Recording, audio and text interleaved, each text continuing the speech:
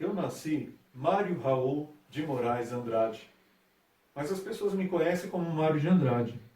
Eu sou escritor, músico, romancista e poeta. Já viajei esse nosso país inteiro. Já viajei o Brasil inteiro. Fiz várias anotações sobre folclore, sobre as variantes linguísticas que existem nesse nosso lindo país. E será um prazer trabalhar com vocês aqui hoje, a convite do professor Luiz, para poder falar sobre a Semana de Arte Moderna.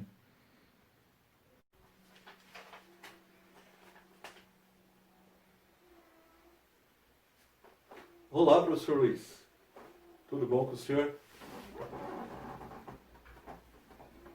Não, que é isso. É sempre um prazer poder falar da Semana de Arte Moderna, principalmente para os seus alunos aí em 2020. Já vão fazer quase 100 anos de Semana de Arte Moderna.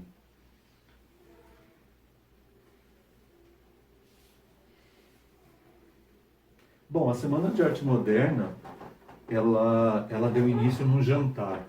Estávamos eu, Di Cavalcante, Anita Malfatti, Oswald de Andrade, nós estávamos nos deleitando num banquete.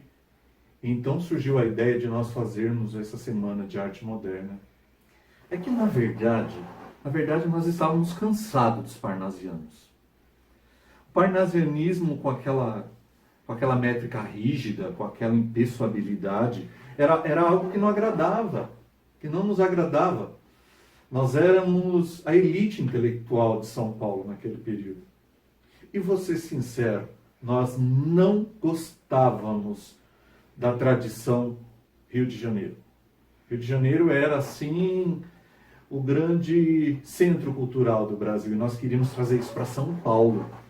Mas eles estavam muito arraigados naquele parnasianismo, nessa tradição literária importada.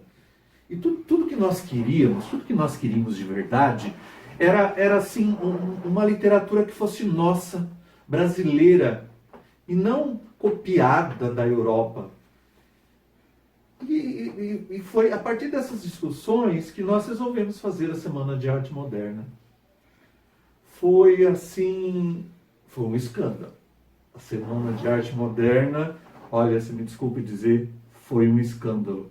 Só um minutinho que eu vou tomar um gole de água aqui, porque eu me empolgo quando falo da Semana de Arte Moderna.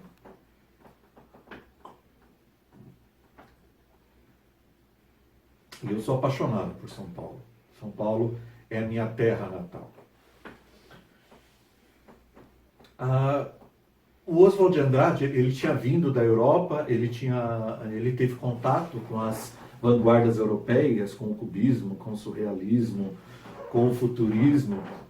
A própria Anita Malfatti também foi para lá, fez aquela exposição que o Monteiro Lobato, infelizmente, falou muito mal, né? Aquele artigo Paranoia e Mistificação que ele fez da exposição da Anita Malfatti em 1917 foi desastroso para a obra dela. Mas mesmo assim, eu acho que mesmo com essa possibilidade de não ser uma coisa que atraísse muito a atenção do público, nós resolvemos fazer. A primeira coisa que a gente conseguiu foi o apoio da oligarquia cafeeira aqui de São Paulo. Então os grandes cafeicultores acabaram nos apoiando nessa ideia. E aí nós resolvemos que nós íamos alugar o Teatro Municipal de São Paulo. Nós alugamos o teatro, pagamos uma fortuna, tudo isso financiado. Mas os oligarcas também não estavam inocentes, né? Porque eles também queriam que São Paulo se tornasse o centro cultural do país. Isso para eles era importante, porque São Paulo tinha no café o seu ouro negro, então isso era uma questão importante para eles. E aí nós resolvemos o seguinte, que a semana seria do dia 11 ao dia 18 de fevereiro de 1922. Aí vocês vão me perguntar, por que 22? Claro, a independência do Brasil, o 7 de setembro de 1822, foi a independência do país. Então, 100 anos depois, nós podíamos fazer a independência cultural do nosso país. E esse era o nosso objetivo, trazer a literatura para a nossa realidade e não ficar copiando esses modelos estrangeiros. Então nós montamos a Semana de Arte Moderna, do dia 11 ao dia 18, mas na verdade o festival só aconteceu no dia 13, no dia 15 e no dia 17. O Teatro Municipal ficou aberto, com exposições de pinturas e de esculturas, do Di Cavalcanti, da Anita Malfatti, e nós decidimos que o dia 13 seria dedicado à escultura e à pintura, o dia 15 foi dedicado à literatura, e o dia 17 foi dedicado à música. No dia 13, lá no Teatro Municipal, o Graça Aranha, que já era famoso, é um escritor famoso, ele foi pré-modernista, ele ajudou a trazer uma cultura mais nossa, quando ele começou a falar dos imigrantes aqui no nosso país, na sua obra, principalmente na obra Canaã, que eu acho belíssima, inclusive. E no dia 13 ele fez a abertura. Ele proferiu uma palestra que a gente chamou de A Emoção Estética da Arte Moderna. Lá ele declamou também alguns poemas do Ronald de Carvalho. E a segunda parte foi bem recebido, não teve assim nenhum problema, não teve vai, não teve burburinho, também não teve aplauso, né? Ele declamou os poemas do Ronald de Carvalho, do Guilherme de Almeida.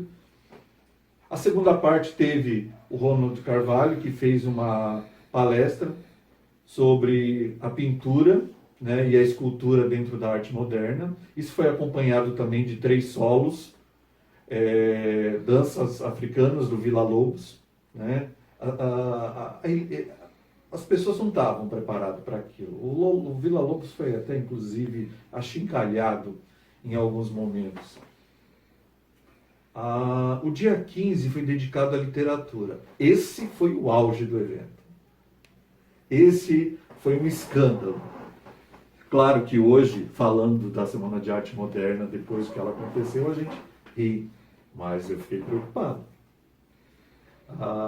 O Oswald de Andrade declamou um poema, Jogaram Tomates no Oswald de Andrade, né? Eu fiz a abertura desse dia com um livro meu chamado A Escrava que Não Era Isaura. Era um livro que ainda estava terminando, mas eu já queria mostrar para as pessoas. E nesse livro, A Escrava que Não Era Isaura, eu falava exatamente disso, de uma luta por uma poesia nossa, que tivesse as características brasileiras, voltadas para um português brasileiro, o abrasileiramento da nossa língua. E não porque a elite gostava dessas palavras difíceis importadas da Europa. O Oswald de Andrade, como eu falei, Jogaram Tomates, quando ele fez a leitura de um texto. O Ronald de Carvalho, ele declamou o poema Os Sapos, de Manuel Bandeira. Manuel Bandeira não pôde participar porque ele estava com problema de saúde, ele não pôde vir. E aí foi um escândalo. Ronald de Carvalho declamando Os Sapos, que é uma crítica ferrenha à poesia parnasiana. Óbvio. Isso causou xingamentos, causou burburinho, as pessoas começaram a bater o pé no piso do salão do Teatro Municipal. Foi assim algo que... Mas a gente conseguiu o que a gente queria. A gente queria isso, a gente queria agitar, a gente queria pegar esse modelo de literatura antigo e arcaico e chacoalhar mesmo. Colocar para as pessoas, mostrar o que estava acontecendo aí no mundo. Mas não foi fácil. Não foi fácil. Ronald de Carvalho sofreu aquele dia. Nós tivemos também um sarau nesse mesmo dia. Também as poesias foram vaiadas, porque todas tinham uma estética modernista. E eu terminei esse dia, acredite ou não, eu não sei como é que eu tive coragem de fazer isso. Eu fiz uma palestra na escadaria do Teatro Municipal, com as pessoas me vaiando, me xingando. Foi algo assim inesquecível. Mas nós conseguimos. Nós conseguimos porque nós agitamos o ambiente cultural de São Paulo. Eu fico assim, eu me sinto cheio de alegria poder falar da Semana de Arte Moderna. Ela foi fantástica. O último dia, o dia 17, ele foi dedicado à música. Então o Vila Lobos ele fez um concerto lá. Foi todo dedicado à questão da música. Mas foi um dia tranquilo, foi um dia que não teve assim nada que causasse